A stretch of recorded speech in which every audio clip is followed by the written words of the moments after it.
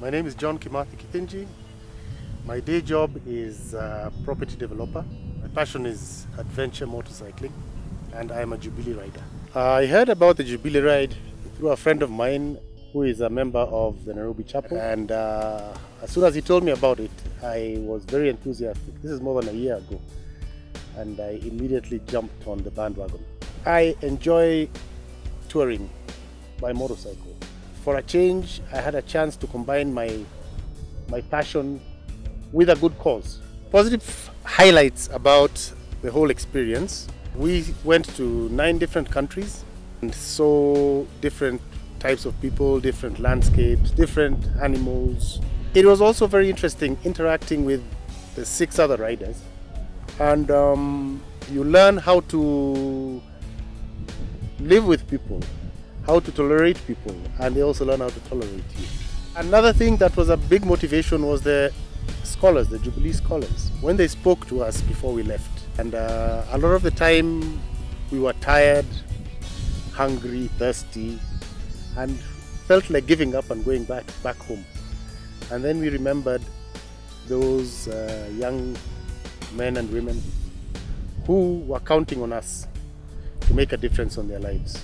And that kept us going. One of the most amazing things that I experienced during this trip was the trip reinforced my image of people as generally being good. We met so many people who helped us out of the goodness of their hearts, wanting nothing in return. It reinforced my faith in the goodness of people. One would think that in a ride like this, that the biggest challenge would be the distances that we have to cover and the physical tiredness.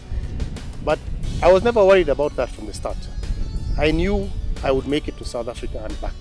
I knew my bike would make it to South Africa and back. My biggest fear was, how are 7 different people who don't know each other going to live together for 50 days? And you're talking about 7 different people who are all, should I say, dominant people in their work. Most of us were self-employed. How are these people going to listen to orders from one person? Luckily for us, we had a very inspirational and strong leader in Pastor Nick. For someone like me, I haven't taken orders from somebody for many years, but I found myself listening and doing what he has told me to do, because his leadership style was actually, he knew when to be tough when it was necessary, and he knew how to be soft when it was necessary. We had some riders who want to get on their bikes, ride fast and get to the destination.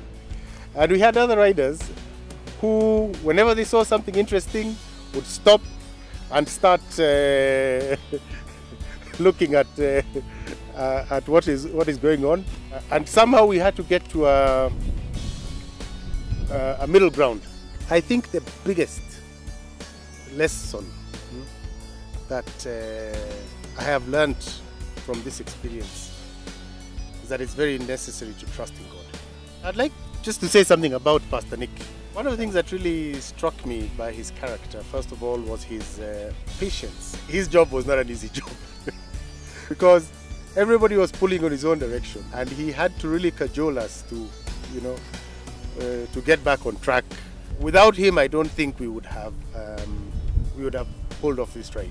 I've always been a very secular type of guy, but I've never been very strongly religious. One of the other things that I got from Pastor Nick was he took time to explain to me about God, and it has changed me in a lot of ways. Frankly speaking, before I got involved with the Jubilee ride, I had a very negative opinion about non-mainstream churches. Church has to be fun for kids, has to be fun for grown people. It has to be relevant. And I think what the Nairobi Chapel is doing is it's making religion to be fun and relevant to everybody. That has really made a big impression on me.